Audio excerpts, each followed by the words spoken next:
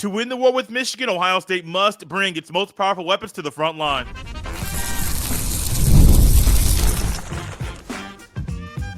You are Locked On Buckeyes, your daily podcast on the Ohio State Buckeyes. Part of the Locked On Podcast Network, your team every day. Happy Thanksgiving, everyone, and thank you for tapping into Locked On Buckeyes on this Thursday, which is part of the Locked On Podcast Network, your team every day. I am your host, Jay Stevens, also the host of the Jay Stevens Podcast, and today's episode is brought to you by FanDuel. You can start the season with a big return on FanDuel. New customers can place a $5 bet, and you'll get started with $150 in bonus bets if you win your first $5 bet. Simply visit FanDuel.com to get started. During today's show, we'll discuss if there are any areas of concern for Ohio State in the game, as well as if Ohio State can trust Chip Kelly and Jim Knowles in the game on Saturday. But before we get to any of that, Ohio State must bring their most powerful weapons to the front line to beat Michigan on Saturday, because you all know this is a war, a 60-minute four-quarter battle, unlike anything else you're going to see on Saturday, unlike anything else you're going to see during a college football season. This game is different, and the Buckeyes know this. Ryan Day knows this. I believe a lot of the players that have played in this game know what's at stake. Aside from the playoff, aside from the Big Ten championship game, aside from all of that, what's at stake is potentially your legacy being you being a Buckeye that never beat the team up north. That's what's at stake. This game means everything. And Ryan Day understands that. I think Ryan Day is going to start to talk a little bit differently to the team as we get closer to the game, as he should. But also, the most powerful weapons, that's where you want to kind of put your bread and butter. You want to make sure that your team is ready to tap into its best assets on offense, its best assets on defense, its best assets on the special teams, the coaches. Whatever you got to do to make sure your best weapons are ready, you got to bring those to the front lines. And when I say the front lines, I don't mean just bring it out in the beginning of the second quarter. From Jump Street, show off your best. Now, we all know Jeremiah Smith is one of them dudes. We know Emeka Egbuka is one of them dudes. We know Carnell Tate and Trevion Henderson are one of the, or some of them dudes, and Will Howard. Lean on them. It's kind of the whole lean on me type of thing, or lean on your best. That's what we're talking about. Bring them, the most powerful parts of your team, bring them, because you have to do it to win. That's the mindset. What is needed to win? Use your best. And maybe tap into some things that you may have been saving for this game, but you know it's one of your best assets right now. Use it. You have to. This ain't one of them games you can just go roll in there and say, oh, well, another slow start. They scored on their opening drive. They had a script that worked. That's great for them. No, we're not looking to have the opposition score on the script. You don't want them to score at all. But you also have the respect of the opposition, knowing this is a good football team you're playing. They have good players. And with this being a different type of battle, we got to show off our best early. And when I say our best early, I mean figuring out blitzes that work early and using them often all throughout the game. Figuring out different ways to utilize Lathan Ransom and Caleb Downs to kind of shift how the quarterback of Michigan is playing at that point in time.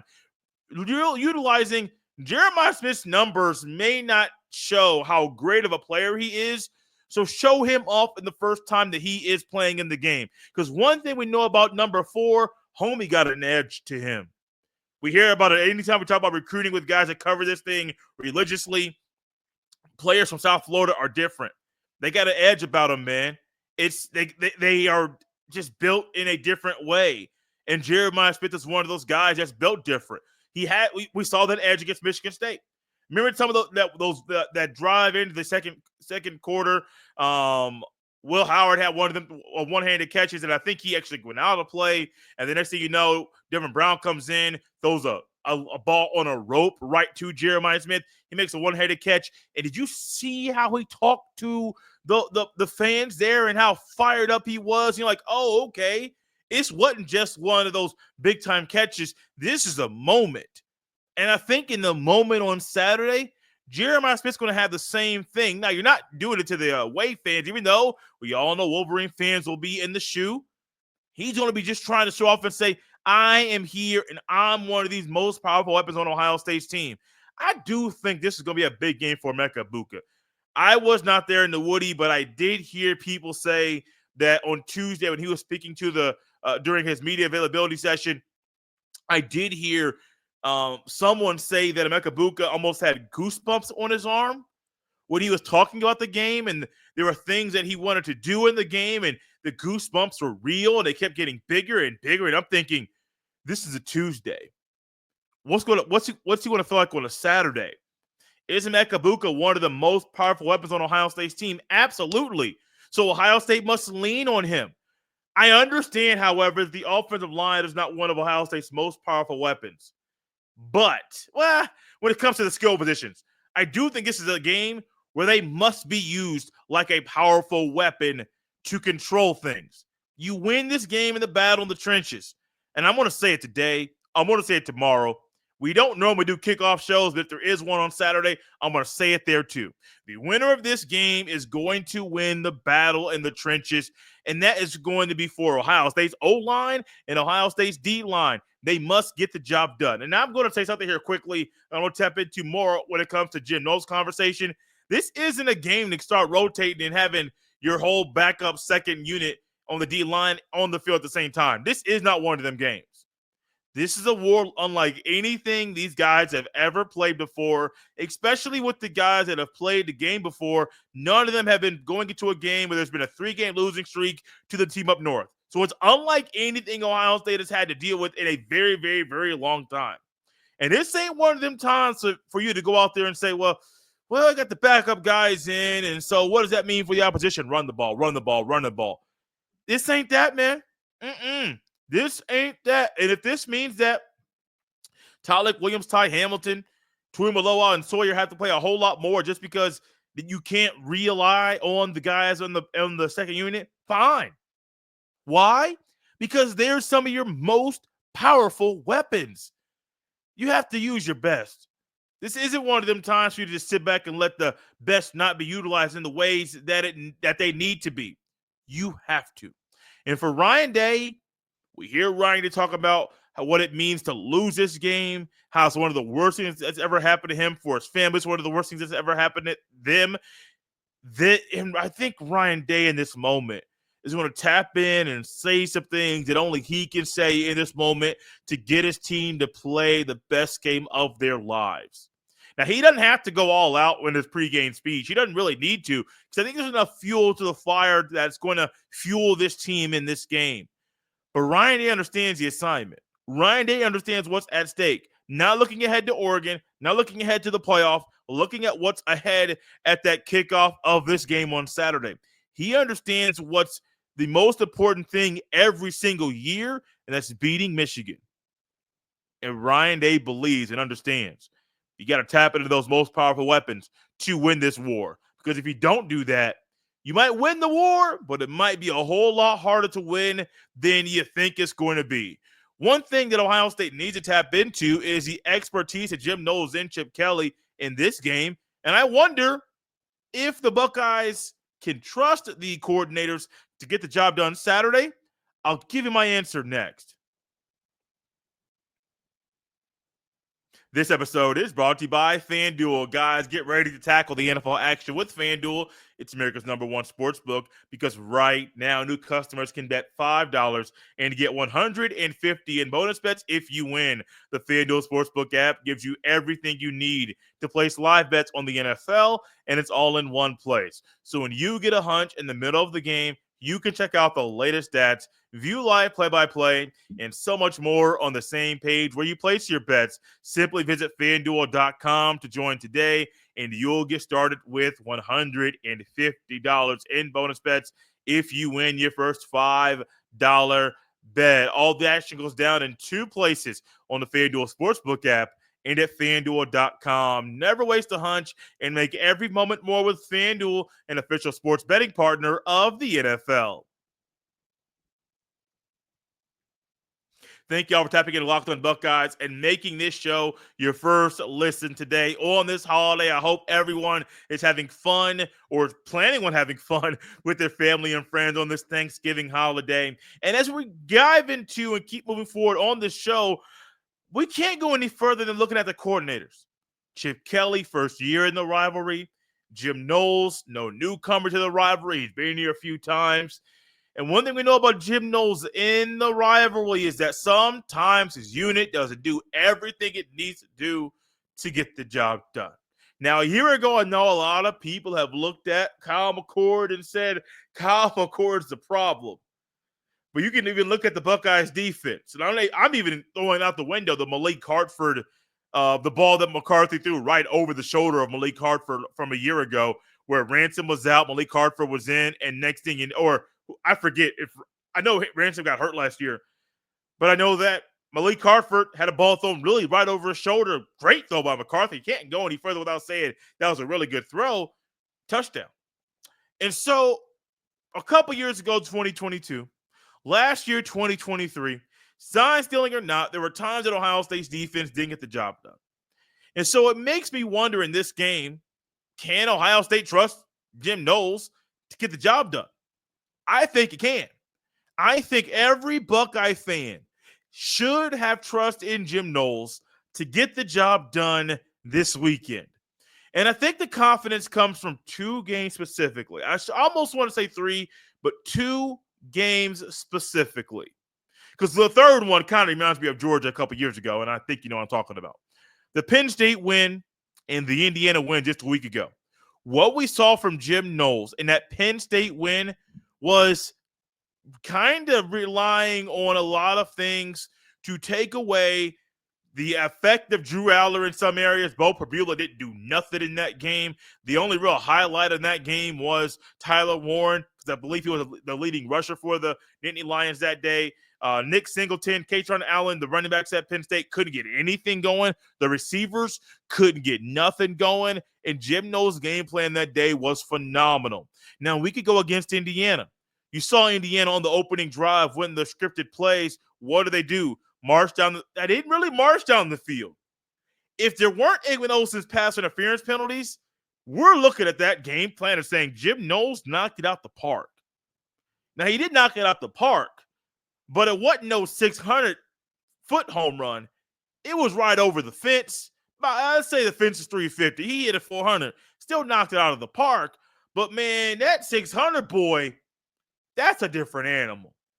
Because I think there were a few things that happened. That last drive of Indiana kind of just took 7 minutes off the clock and they scored. Okay, cool. That's what you had to do. Late in the game, it happened.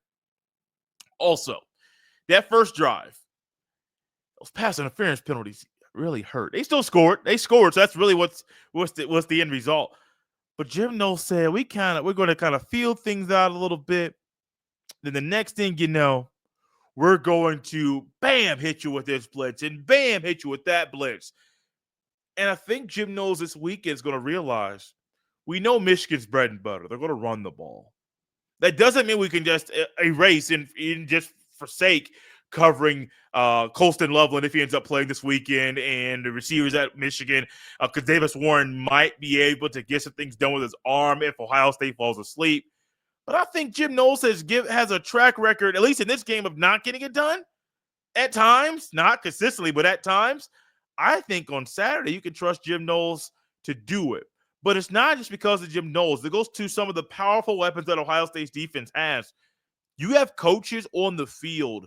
And number 2, Caleb Downs, I found a way to make a GIF of him running that touchdown on the punt return. It was a select clip and a view I was trying to get. I finally found that thing come across my feed on Wednesday. With Caleb Downs, it makes Jim Knowles' job so much easier, especially in this game. And I'm not sitting here to say that Caleb Downs is going to be in the box a lot or he's going to be back deep a lot. No, I think you're going to move him around quite a bit.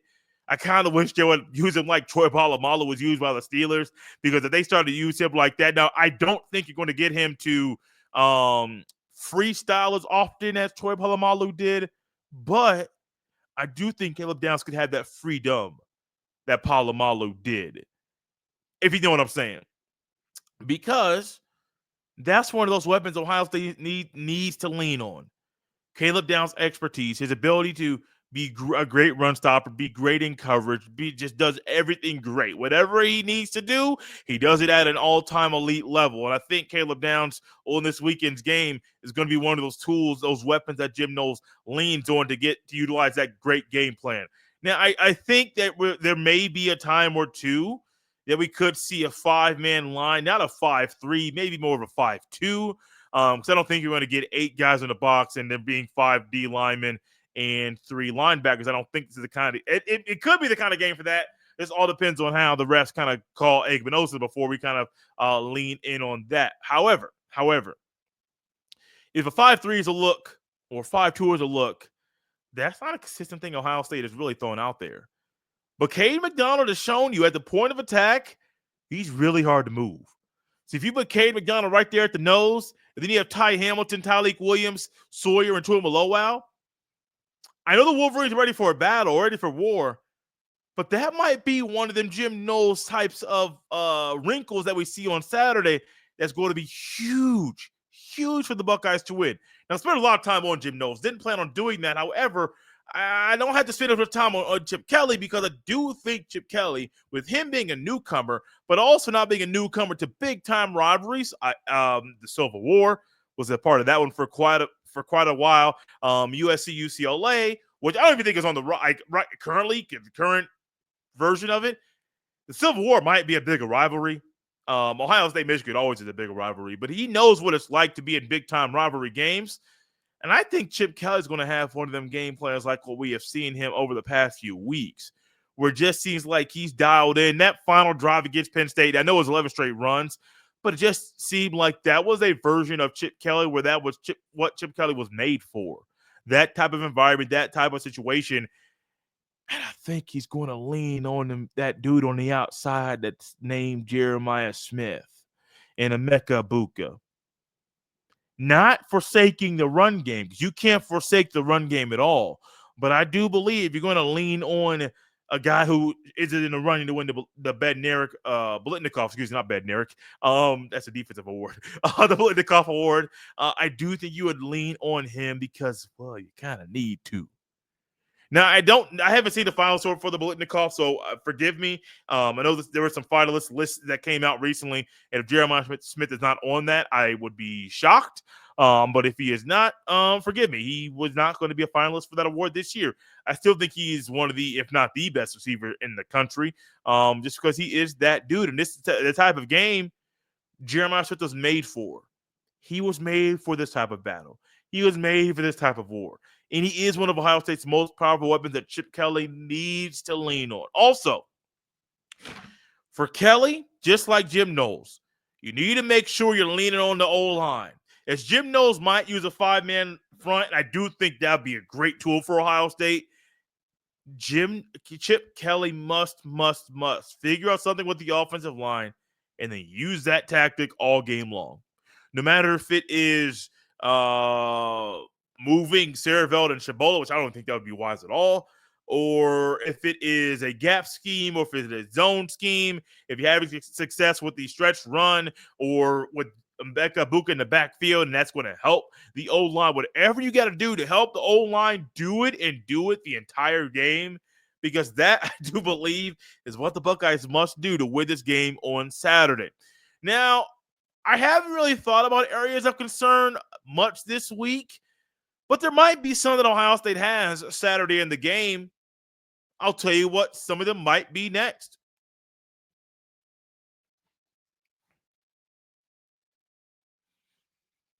Thank you all for tapping in and Locked On Buckeyes here on this Thanksgiving holiday. It's fun to be around Buckeye fans and family and friends as well on the holiday and just giving thanks for the various things in our lives, as well as thinking about the game on Saturday. And I don't like doing negative stuff. But with this being a Thursday show, we already have to kind of turn a little bit of our conversation to the reality that Ohio State might have areas of concern in the war on Saturday. You're at home. That's definitely not an area of concern, because being in the friendly confines of Ohio Stadium in the Horseshoe It's a luxury. It's senior day. So those emotions, and I believe they're going to move up the time of the senior day celebration.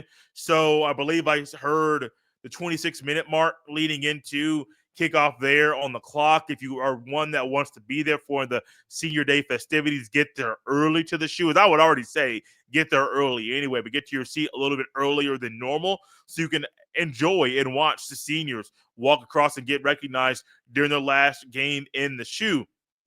Potential last game of the shoe. Not really sure. I mean, it could be a home playoff game, maybe not be a home playoff game, but potential. This is senior day, man. This is a big deal. And so the being home is not a bad thing.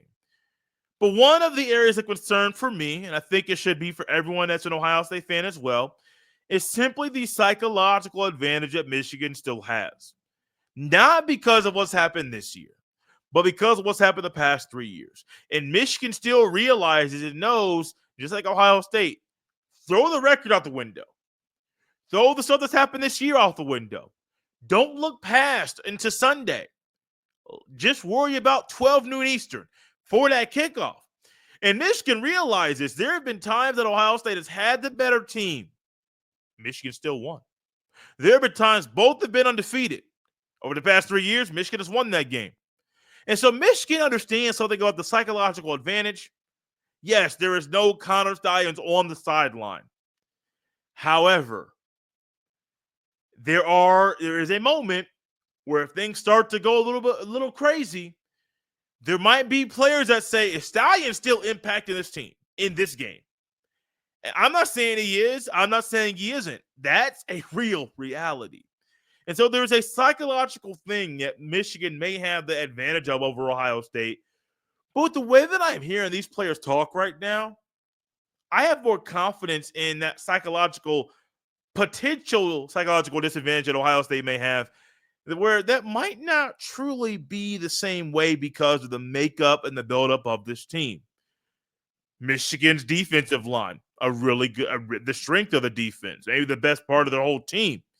Michigan's running game. We've seen Ohio State a week ago go up against some really good running backs in Tyson Lawton and Ellison. I forget his first name. But he went up against some really good running backs at Indiana. Now, Michigan's running backs, Khalil Mullings and Donovan Edwards, probably, not Donovan Edwards not, but I think Khalil Mullings is on that same path, same playing field as Tyson Lawton and Ellison. I think Ellison and Tyson Lawton might be a tad better, but Mullings understands a week ago, Ohio State missed missed numerous tackles in the hole, which was one of the glaring holes and one of the confusing things about that game was that it wasn't that Ohio State. Now, when you look at the final rushing numbers, I believe both of Indiana's running backs had over 50 rushing yards apiece, and it wasn't because Ohio State wasn't there. It wasn't because they were just letting them boys open holes and run right through them for 5 or 6 yards before getting touched. It was because they're running through first contact over and over and over and over again. And so when you think about that aspect of last week's game, while Mullings and Edwards are trying to do some things that Michigan's running backs have done to Ohio State over the past 3 years, there's also the belief that Ohio State is in the right position, just didn't first step wrap, second step squeeze, as we hear on EA Sports College Football 25 from Reese Davis. When they're not doing that, it just seems like the good running backs are running right through those tackles and getting positive yardage. So the area of concern is not a lack of ability in Ohio State's defense. It's the missed tackles, man. You can't have these missed tackles in this game. No. Which goes into why I think Ransom and Downs will play a different role in this game. It wouldn't shock me if there were times that all of a sudden you look back and a single high safety is Jordan Hancock because Ransom and Downs are closer to the line of scrimmage. A little nerd stuff there. I haven't heard that from anybody. I just remember seeing some stuff from a week ago where Hancock was a little bit further back than I really thought he would have been. And I'm thinking, interesting.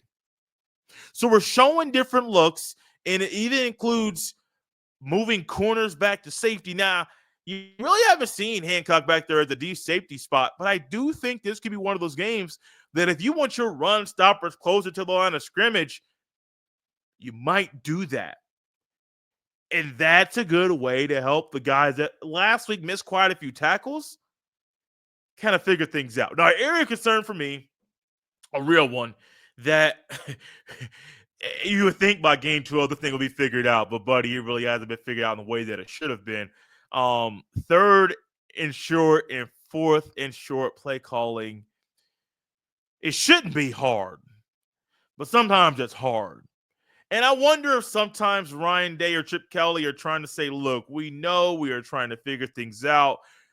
If we have 10 times worth third and 3 yards to go on third or fourth down, we're going to try 7 of those times to throw the ball further than 10 yards. Does that make a whole lot of sense to our very, very small brains? No, it doesn't. Not at all.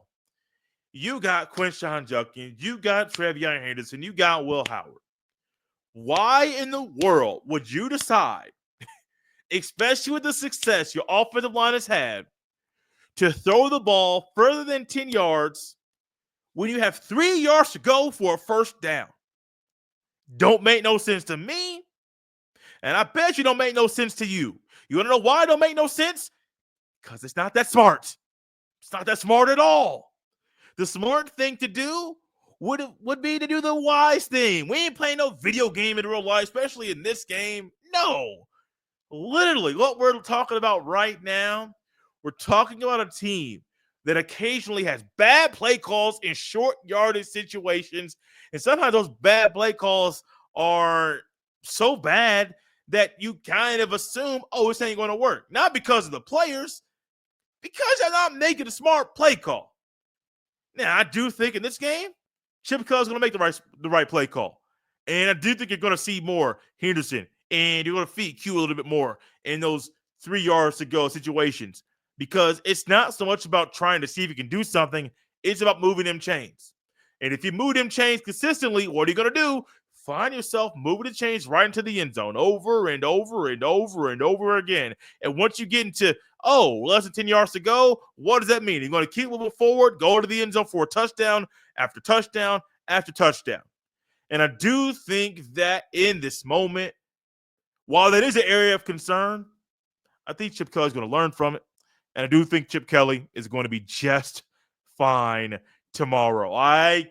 Saturday. Whoa. Man, you can tell where my brain is. I want the game to be tomorrow. I do. I'm close to have my score prediction set. I wrote a couple numbers down, one for Ohio State, 2 various numbers for Michigan on my notebook. My Ohio State number hasn't changed. The 2 Michigan numbers haven't changed. It's not sure yet. If you want to hear my score prediction, come here for tomorrow's show. It might have a similar feel to the show last Friday, the regular daily pod last Friday that we had aired last Friday before the Indiana game.